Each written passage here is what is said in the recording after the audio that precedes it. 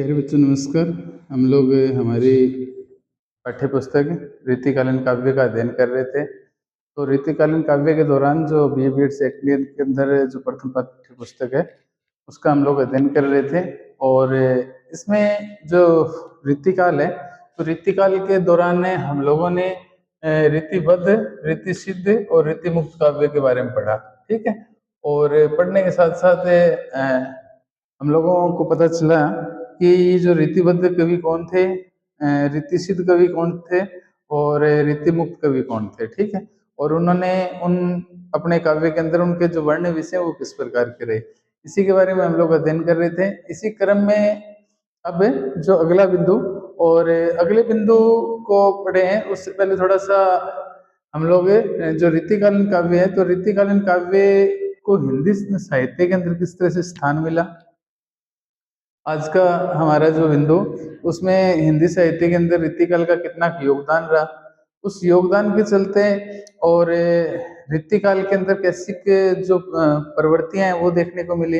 हालांकि हमने प्रवृत्तियों और परिस्थितियों के बारे में पहले भी पढ़ा है, किंतु यहाँ देखें तो जिस तरह से परिस्थितियों पर नजर डालें तो जैसे रीतिकाल की जो सामाजिक परिस्थिति है, रीतिकाल की राजनीतिक परिस्थिति है, धार्मिक परिस्थिति है, साहित्यिक परिस्थिति है, आर्थिक परिस्थिति है या अन्य कहें तो कह सकते हैं कि रीतिकाल अपने आप में एक तरह से विलासिता का युग है। ठीक है। अब देखें तो रीतिकाल जो है, रीतिकाल की खातिर बताया जाता है कि उसका योगदान किस तरह से है। पहली बात तो यह है कि रीतिकाल को लेकर के विद्वानों में अनेक प्रकार के मतभेद देखने को मिले। इसके नामकरण को लेकर के, इसकी समय सीमा को लेकर के, इनके जो शासन थे उन शासकों के आपसी मतभेदों को लेकर के, उसके साथ साथ जनता एक तरह से पीड़ाग्रस्त थी इस समय, क्योंकि विलासिता जो है वो अपनी चरम सीमा पे पहुंच गई थी। उसके साथ साथ देखने को मिला कि रीतिकाल के अंदर जो भारतीय संस्कृति है वो भारतीय संस्कृति भी अपने आप में एक तरह से क्षत विक्षत हो रही थी। ठीक है। उसको भी एक तरह से कह सकते हैं कि तोड़ सा दिया गया था। उसके साथ साथ देखें क्योंकि बाहर से आने वाले जो आक्रामकता थे, जो गजनी है, गजनवी से आए और उन्होंने आकर के जिस तरह से भारत को लूटा। ठीक है। तो ये कह सकते हैं कि हम लोग एक तरह से जातियां कुछ ज्यादा ही हो रही थी धर्म को लेकर के। ठीक है। मनमर्जियां कुछ ज्यादा बढ़ गई थी। उसके साथ साथ एक तरह से अश्लीलता कहें तो वो भी अपने आप में चरम सीमा पे थी। ठीक है। जो सामान्य कह सकते हैं कि हमारे इससे पहले का जो काल था भक्ति काल, तो भक्ति काल के कह सकते हैं कि हमारे जो आराध्य भगवान श्री कृष्ण जी और राधा जी, ठीक है, तो उनको लेकर के और यहाँ जो लौकिक रूप में वहाँ के जो नायक या नायिका वो अपने आप को उनके समान मान बैठे थे। तो ये देखने में और थोड़ा सा कह सकते हैं कि काल के हिसाब से वो ठीक से ठीक नहीं बैठ रहा था। तो इस दृष्टि से हम लोग इसमें भी प्रकाश डालेंगे। तो कहने का मतलब यही था कि रीतिकाल जो है वो अपने आप में एक तरह से साहित्य में इसका किस तरह से योगदान रहा, तो इसके ऊपर हम लोग प्रकाश डालते हैं। हिंदी साहित्य के इतिहास में संवत 1700 से लेकर के 1900 तक, अब आचार्य रामचंद्र शुक्ल जी ने इनकी जो तिथि निर्धारित की, उस तिथि निर्धारित के अनुसार उनकी खातिर बताया जाता है कि जिस तरह से उनके अनुसार 1050 से लेकर के और 1375 तक का जो समय था वो आपका आदिकाल का था। ठीक है। और आदिकाल उसके पश्चात देखें तो 1375 से लेकर के और 1700 तक का जो समय था वो 1700 तक का समय भक्ति काल कहें या पूर्व मध्य काल कहें तो एक ही बात है। और उसके बाद 1700 से लेकर के 1900 तक का जो समय है वो 1900 तक का समय रीतिकाल के नाम से जाना जाता है।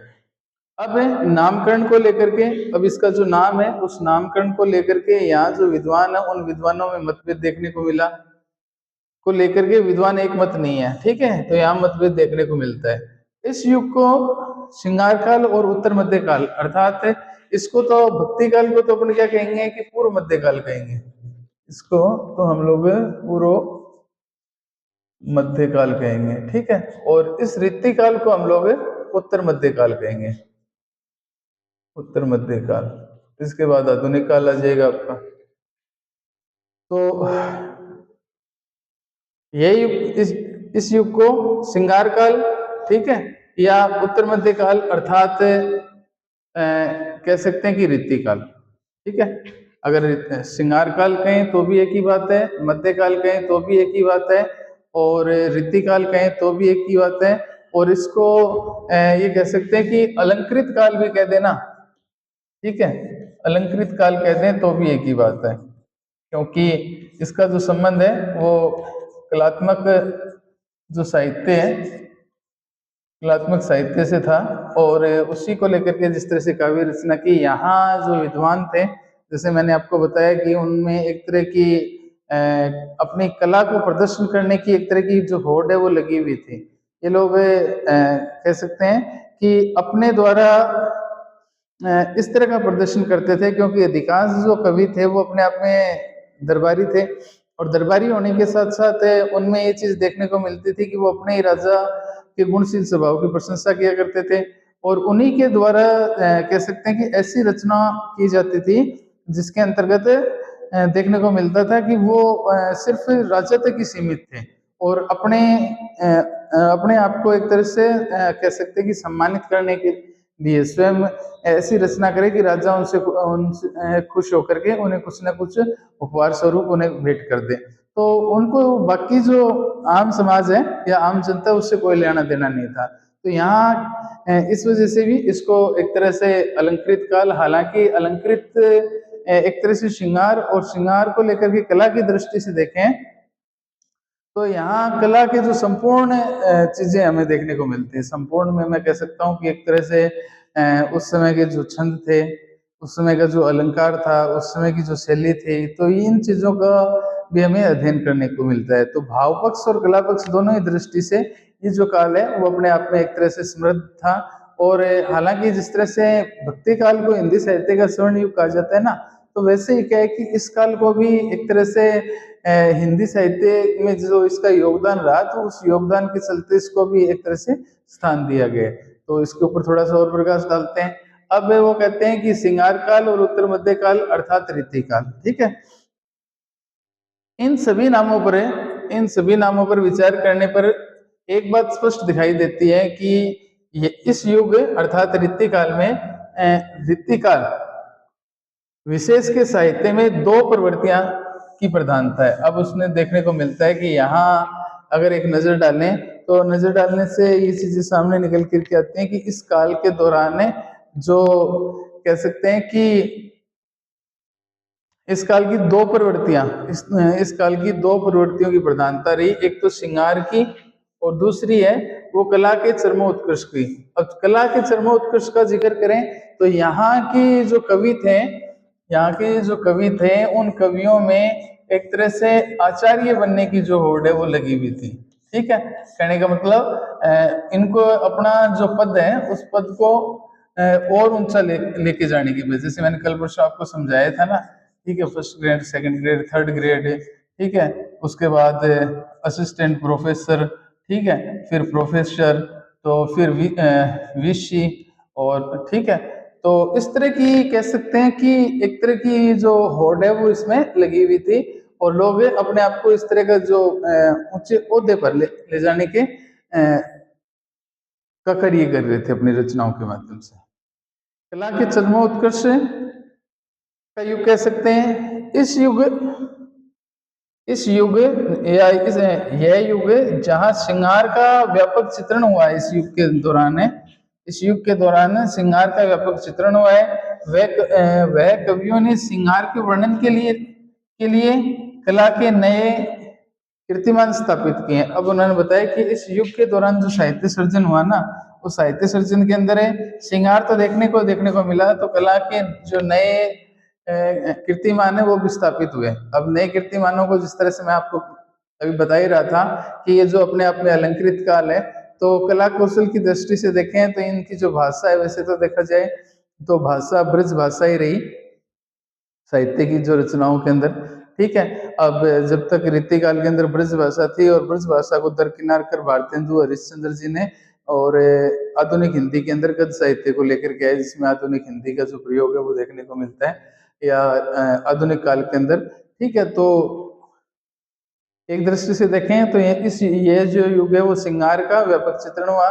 इन कवियों ने श्रृंगार के वर्णन के लिए कला के नए कीर्तिमान स्थापित किए। इस प्रकार कला और श्रृंगार की दृष्टि से इस प्रकार कला और श्रृंगार की दृष्टि से, चाहे वात्सल्य कला हो, माफ करना, चाहे वास्तुकला हो, और चाहे कह सकते हैं कि जो स्थापत्य कला हो, तो कोई भी जो क्षेत्र रहा हो, चाहे चित्रकला रहा हो, चाहे मीनाकारी रही हो, ठीक है, या कुछ जो कह सकते हैं कि दर्शन शास्त्र रहा हो, तो उसमें देखें तो अपने आप में ये जो युग है वो अपने आप में कला और श्रृंगार को लेकर के अपनी सुंदरता की वजह के कारण जाना जाता है। श्रृंगार की दृष्टि से ये काल हिंदी साहित्य का स्वर्ण युग कहा जाता है इसको, ठीक है। अब सिर्फ श्रृंगार को लेकर के और कला की दृष्टि से इस युग को स्वर्ण युग कह सकते हैं। जिस तरह से भक्तिकाल हिंदी साहित्य का स्वर्ण काल है या स्वर्ण युग कहा जाता है, उसी प्रकार इसको इसकी खातिर भी कहा जाता है कि इस काल के अंदर श्रृंगार और कला की दृष्टि से नजर डालें तो ये अपने आप में एक स्वर्ण युग है। इस विषय में बिंदुवार विचार करें तो निम्न बिंदुओं के माध्यम से इसको स्पष्ट है वो किया जा सकता है। अब बिंदुवार अगर हम लोग जिक्र करते हैं तो जिक्र करने से पहले जो बिंदु है वो है आपका लौकिक श्रृंगार की प्रधानता। लौकिक का मतलब होता है संसारिक, अलौकिक का मतलब होता है आध्यात्मिक, श्रृंगार का मतलब सुंदर, प्रधानता मतलब प्रथम, ठीक है। सर्वप्रथम श्रृंगार को लेकर के और संसारिक रूप से किस तरह से प्रस्तुत किया। लौकिक श्रृंगार की प्रधानता रीतिकाल की हिंदी साहित्य में सबसे बड़ी देन यही है कि इस काल में श्रृंगार रस की कविताओं की रचना की गई। अब उसने बताया कि अगर एक दृष्टि से देखें तो लौकिक दृष्टि से इसको देखते हैं तो इसमें देखने को मिलता है कि इस युग में श्रृंगार रस के अत्यधिक जो कविताएं हैं वो देखने को मिलती हैं। उन कविताओं में श्रृंगार का जो भाव है वो अधिक देखने को मिलता है, चमत्कार की जो प्रवृत्ति है वो अधिक देखने को मिलती है। की रचना ही विशेष रूप से हुई है। यह सच है कि रीतिकाल में श्रृंगार जो अब तक भक्तिकाल जो था वो श्रृंगार काल था, और वह भक्ति के उच्च धरातल से ऊपर उठकर या उच्च धरातल से उतरकर लौकिक श्रृंगार वर्णन के अश्लील स्तर पर उतर आया था। अब उन्होंने बताया कि इसमें श्रृंगारिकता तो थी, लेकिन श्रृंगारिकता के चलते यहाँ जब एक दृष्टि डालें तो एक दृष्टि से उनकी श्रृंगारिकता के अंदर एक तरह से विलासिता जो है, या कह सकते हैं कि श्रृंगार में अश्लीलता जो है, और यह कह सकते हैं कि थोड़ा सा भद्रता जो है वो देखने को मिल रही थी, ठीक है। क्योंकि उनकी जो रचनाएं थी या उनके जो पद थे या उन पदों के साथ उनका जो चित्रण देखे हैं तो उस चित्रण के अंतर्गत ये चीजें सामने आती हैं कि इसमें वो कहते हैं कि लौकिक श्रृंगार वर्णन के अंदर अश्लील स्तर पर उतर आया था। भक्ति काल के राधा कृष्ण, जिस तरह से त्रेता युग में भगवान श्री कृष्ण जी और राधा जी का जो प्रेम प्रसंग था, उस प्रेम प्रसंग तो वो अपने आप में तो अलौकिक था, ठीक है, वो तो आध्यात्मिक था, ठीक है। और आध्यात्मिक होने के साथ जिस तरह से भगवान श्री विष्णु जी के अवतार के रूप में और द्वापर युग में भगवान श्री कृष्ण जी आए, और यहाँ जो वृंदावन है या कह सकते हैं कि गोकुल है, तो वहां उन्होंने जिस तरह से अपनी बाल क्रीडाएं की, रास लीला रचाई, और उनके साथ साथ उन्होंने लोगों का जो उद्धार किया, तो वो अपने आप में एक अलग स्तर का और एक उच्च कोटि का अद्भुत अविश्वसनीय है, जिसपे हम उनकी क्या कहेगी अपने शब्दों में बयां ही नहीं कर सकते, ठीक है। इतनी वो कह सकते हैं श्री कृष्ण जी की मोहनी मूरत, सांवली सूरत, अधरों पे मुरली रखी हुई, पैरों में नपूर पहने हुए, कमर पे कमरधनी, वृक्षतल पर वैजंती माला, सिर पर मोर मुकुट, ठीक है। तो इस बंसी वाले की तो महिमा जितनी गाई जाए उतनी कम है, किंतु यहाँ और राधा जी और श्री कृष्ण जी तो एक ही थे, ठीक है। वो दोनों एक ही रूप थे, हालांकि दिखने में कह सकते हैं कि दो अलग अलग प्रतिछाया, किंतु वो दोनों एक ही, तो वो एक अलग था। किंतु यहाँ जो श्रृंगार को लेकर के और इस समय के जो कह सकते हैं कि रीतिकाल के जो नायक नायिका थे ना, उन लोगों को अपने आप को वैसा समझने लग गए थे, हालांकि वो तो उनकी कह सकते हैं कि एक तरह की धूल के बराबर भी नहीं थे, ठीक है। तो यहाँ देखें तो यहाँ अश्लीलता का जो भाव है वो देखने को मिलता है। वो कहते हैं कि वह भक्ति के उच्च धरातल से उतर करके कहीं उच्च कोटि का और उस उनसे उतर करके और वो अपने आप में एक असली स्तर तक पर आ गया था। भक्ति काल के राधा कृष्ण के रूप में सौंदर्य का उनमें अलौकिक प्रेम की व्यंजना सुनने की थी। अब उन्होंने बताया कि जिस तरह भगवान श्री कृष्ण जी को लेकर के जैसे भंवर गीत की रचना है या अष्टसाप के जो कवि हैं, जो रसखान जी हैं, तो इन सब ने अपनी अपनी जो काव्य रचना की, उस काव्य रचना के चलते और इनकी खातिर बताया जाते हैं कि इस समय जो व्यंजना की जा रही थी वो सूरदास जी ने की थी। तो वह इस काल में आकर के नितांत लौकिक और आधार लेता चला गया। इसके साथ साथ राधा कृष्ण सामान्य नायक नायिका बनकर रीतिकालीन साहित्य में वर्णित होने लगे। कहने का मतलब जो रीतिकाल है और रीतिकाल के अंदर जो नायक नायिका जो भेद है और नायक नायिका भेद के चलते ये देखने को मिला कि यहाँ के साहित्य के अंदर एक तरह से उन लोगों ने और अपने आप को स्थान देना शुरू कर दिया। जबकि एक दृष्टि डालें तो उससे पता चलता है कि यहाँ के जो रीतिकाल के दौरान और कह सकते हैं कि उन्होंने रीतिकालीन कवियों ने इस श्रृंगारिकता को जीवन से जोड़ने का अवश्य प्रयास किया। और इसी क्रम में देखें तो बिहारी है, जो बिहारी जी ने बिहारी सच्ची दोहे लिखे, बिहारी के दोहे जो नावक के तीर देखन में छोटे लागे घाव करे गंभीर। तो उसके साथ साथ जो मतीराम है, देव है, पद्माकर है, तो आदि कवियों ने प्रेम की व्यंजना की और व्यंजना करने के साथ साथ अपने जो काव्य हैं उन काव्य में उनको स्थान दिया। उसके साथ साथ ये देखने को मिलता है कि कवियों ने श्रृंगार की व्यंजना में अपने काव्य में इसी रूप में की और इस प्रकार जीवन के प्रति जीवन के प्रति लौकिक दृष्टिकोण के साथ यथार्थवादी चित्रण का कह सकते हैं कि स्पष्ट वर्णन है रीतिकालीन शुद्ध साहित्य के क्षेत्र में देखने को मिलता है। और इसके अंतर्गत ये जो चीजें हैं कि जैसे शुद्ध साहित्य के रूप में देखने को मिलते हैं, इसमें कह सकते हैं कि अलंकार है, श्रृंगार है, नायिका भेद है, छंद विधान है, तो ये सारे के सारे शुद्ध साहित्य के अंतर्गत आते हैं। उसमें ऐसा नहीं है कि कहीं भोग विलासिता को लेकर के या कुछ ऐसी जो रचनाएं वो की गई हो। तो उसी के अंतर्गत वो कहते हैं कि वेद के अंतर्गत जीवन का कुछ यथार्थ चित्रण हुआ है। इसमें मनोवैज्ञानिकता का पुट भी स्पष्ट दिखाई देता है। विविध श्रृंगारिक मनोभाव और विविध स्थितियों और जीवन के विविध पक्षों का जैसे वर्णन रीतिकाल में हुआ है, वैसा अन्यत्र कहीं भी वो दुर्लभ है, देखने को नहीं मिलता। इन सब की सबसे बड़ी देन है उनके जीवन से जुड़ना। लौकिक जीवन के रूप में अनेक मनोरम चित्र इस काल के कवियों ने किए हैं। उसके साथ साथ इस प्रकार निम्न पंक्तियों के आंतरिक भावों में देखें तो वहां सुकुमार संकेतों तथा चेष्टाओं का जो प्रकाशन है वो कवि पद्माकर के जो रचनाएं हैं उनकी सौंदर्य अनुभूति के सहज प्रकाश में देखने को मिलता है। और उन्होंने अपने प्रिय के मार्ग में ही भेंट करने के लिए नायिका द्वारा अपने पास से गुजरे जाने पर जानबूझ करके फेंके जाने वाले प्रेम का जो भाव है वो श्रृंगार भावना की मधुर अभिव्यक्ति को प्रस्तुत करता है। जैसे जो पंक्ति है, पहली पंक्ति जैसे बिहारी जी की, बिहारी जी कहते हैं बतरस लालच लाल की मुरली धरु लुकाए, सोह भरे बोहन हंसे देने कहे नटियाज। अर्थात वो कहते हैं कि जिस तरह से श्री कृष्ण जी ने अपने अधरों पर मुरली रखी हुई है और उनकी जो मौनी मुस्कान है उस मौनी मुस्कान को लेकर के और उन्होंने अपनी जो भौं अर्थात ऊपर की झुकली और उसको जिस तरह से चढ़ाया हुआ है, तो उसको देख करके और उनकी सांवली सूरत को देख करके एक जो गोपी है वो किस तरह से उनको एक रिझ जाती है, तो उसका बड़ा सुंदर समन्वय है वो यहाँ देखने को मिलता है। तो इस क्रम में देखें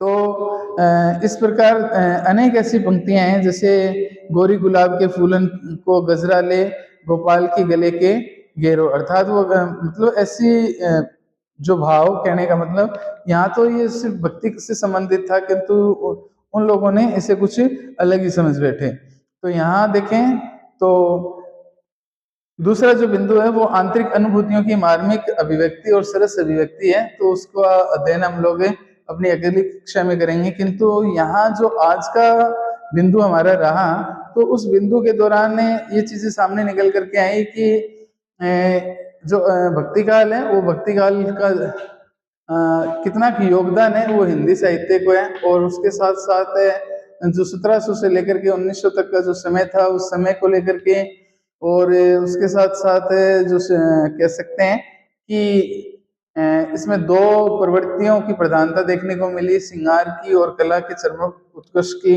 उसके साथ साथ बिंदुवार अध्ययन करें तो लौकिक श्रृंगार की जो प्रधानता है उसको लेकर के वर्णन किया गया है। इसका जो दूसरा बिंदु है वो आपका आंतरिक अनुभूतियों की मार्मिक एवं सरस अभिव्यक्ति, कहने का मतलब अंदर के जो भाव थे उनको किस तरह से बताने का प्रयास किया। भक्ति काल के राधा कृष्ण जी के स्थान पर है ये जो लौकिक है, जो कह सकते हैं कि नितांत लौकिक आधार लेना चाहते थे, और इन लोगों ने एक जो राधा कृष्ण जी के लिए सामान्य नायक नायिका बन करके रीतिकाल के साहित्य का वर्णित होने लगा। हालांकि बिहारी है, मतीराम है, देव और पद्माकर आदि कवियों ने इनकी व्यंजन अपने काव्य में की। बाकी इनकी जो आंतरिक अनुभूति और सरस अभिव्यक्ति है उसका अध्ययन हम अपनी अगली कक्षा के में करेंगे।